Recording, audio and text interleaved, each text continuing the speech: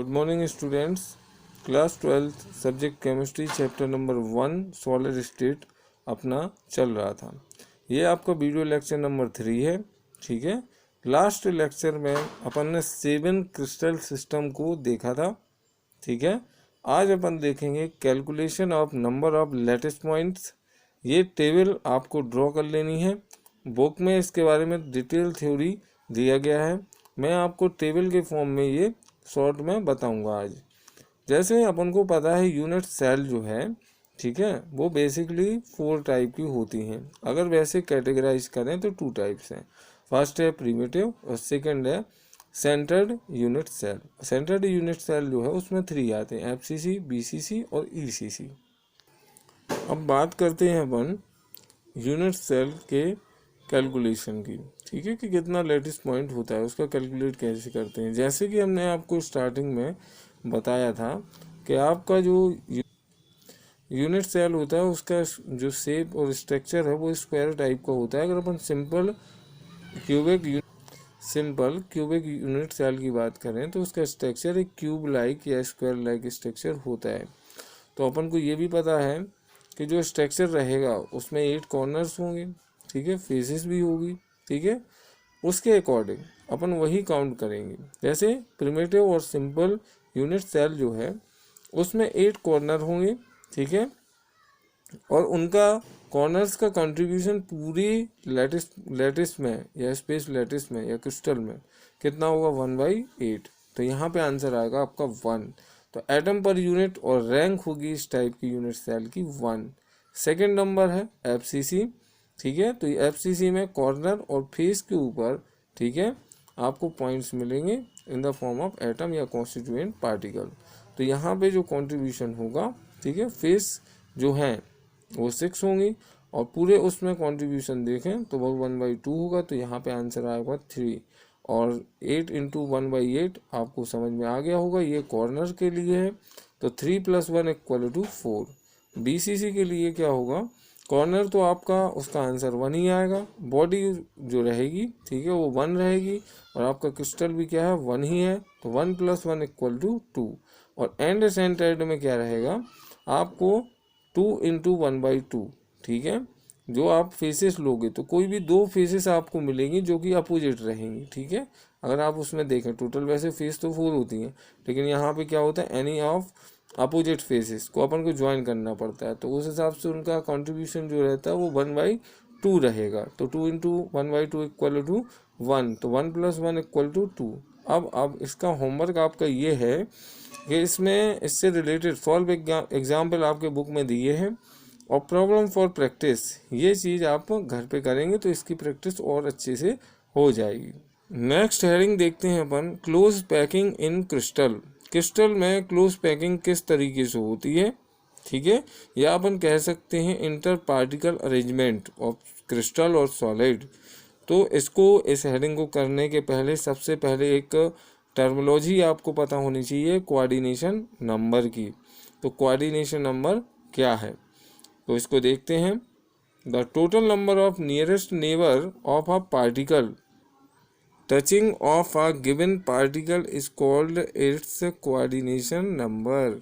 Coordination number क्या होता है, जो टोटल नंबर हैं किसके नियरेस्ट नेबर के हैं, ठीक है, पार्टिकल्स के जो आपस में टच कर रहे हैं उनको ही बोलते हैं अपन कोऑर्डिनेशन नंबर। ठीक है, मतलब जो अरेंजमेंट है उसमें अगर शॉर्ट में बोलें total number of nearest neighbour of a particle touching in a given particle is called the coordination number. कुछ एग्जांपल देख लेते हैं अपन इसमें। जैसे बात करें सिंपल क्यूबिक और प्रिमिटिव का अगर कोऑर्डिनेशन नंबर आप देखोगे तो 6 आएगा, बीसीसी का देखोगे तो 8 आएगा, एफसीसी का देखोगे तो 12 आएगा। इस टाइप का क्वेश्चन 1 वर्ड टाइप में बोर्ड एग्जाम में पूछे भी जाते हैं, तो आपको ये चीज़ें पता भी होनी चाहिए। अब बात करते हैं अपन हेडिंग की। जो अपनी हेडिंग थी क्लोज पैकिंग इन क्रिस्टल, इसको अपन 3 वे में समझ सकते हैं।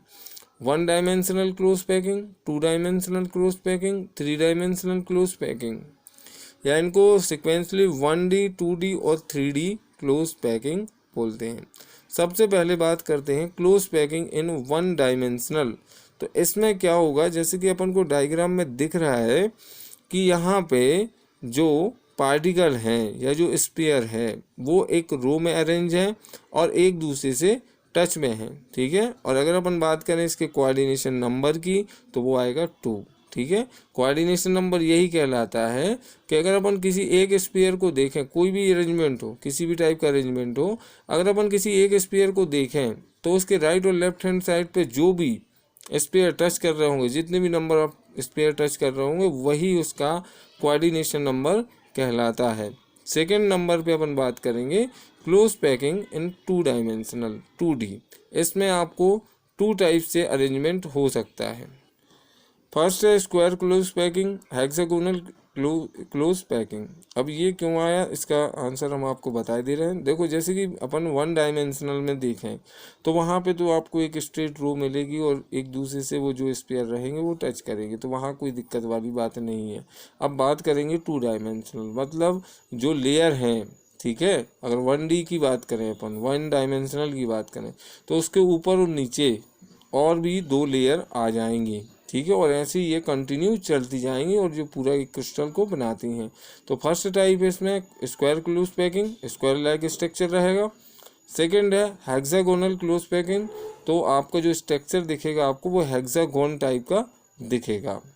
जैसा कि आपको फर्स्ट जो हेडिंग है स्क्वायर क्लोज पैकिंग, अब अपन इसको समझते हैं ये क्या है।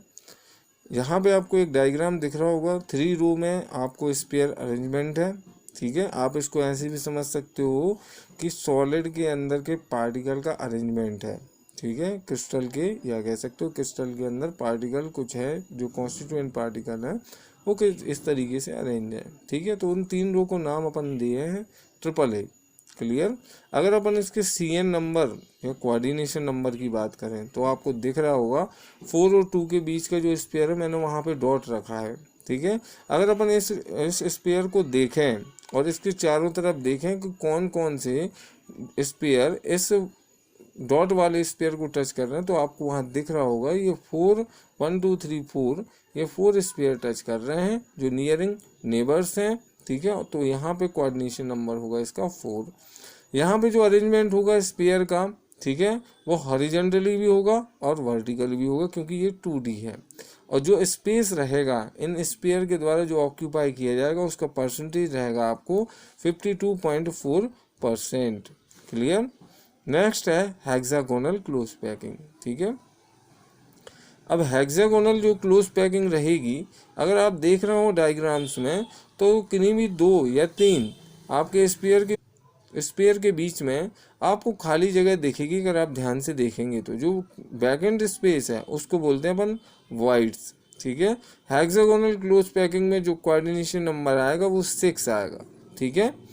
नेक्स्ट है आपका क्लोज पैकिंग इन 3 डायमेंशनल। जिस तरीके से अपन ने 2D में देखा कि वहाँ पे 2 टाइप से है, तो यहाँ पे भी 2 टाइप से है, लेकिन यहाँ पे नेम चेंज हो जाएंगे क्योंकि जैसे जैसे अरेंजमेंट अपन चेंज करेंगे, ठीक है, कॉन्स्टिट्यूएंट पार्टिकल का, ठीक है, तो वो जो उनका स्ट्रक्चर है वो भी अलग अलग बनेगा।